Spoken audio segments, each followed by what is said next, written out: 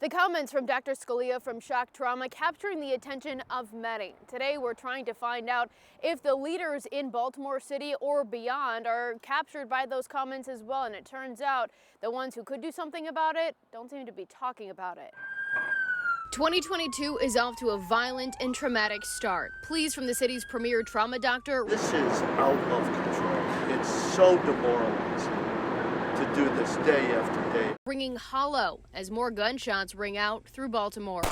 Today, as the seemingly never-ending violence continues, I send questions to the city council, the elected leaders chosen to make change in Baltimore, asking, do you agree with Dr. Scalia that the crime has become out of control? What are you doing about the senseless violence that doesn't seem to be slowing down this year? When will city council as a whole hold a meeting with crime and violence as a focus? Only one member out of 15 elected leaders responding. Councilmember Antonio Glover not answering all the questions, but writing, although I agree with the doctor that crime is out of control in Baltimore, we also know crime is a byproduct of a bigger symptom, and that is education and economics.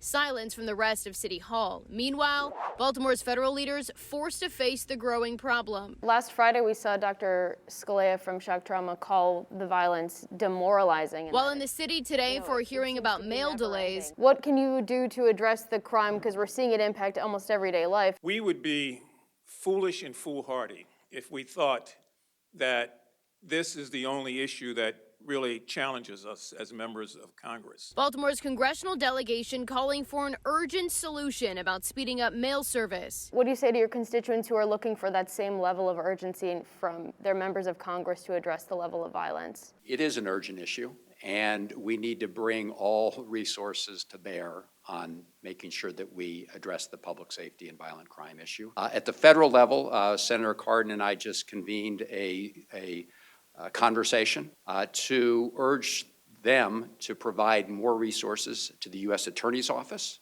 right here in Baltimore, to the ATF, and more U.S. Marshals. No timeline on when those additional resources will arrive while the violence in Baltimore continues. It's important to note that the Baltimore City Council can call a hearing to talk about whatever they want, including addressing the violent crime. Based on our questions today, it's unclear if or when that will happen.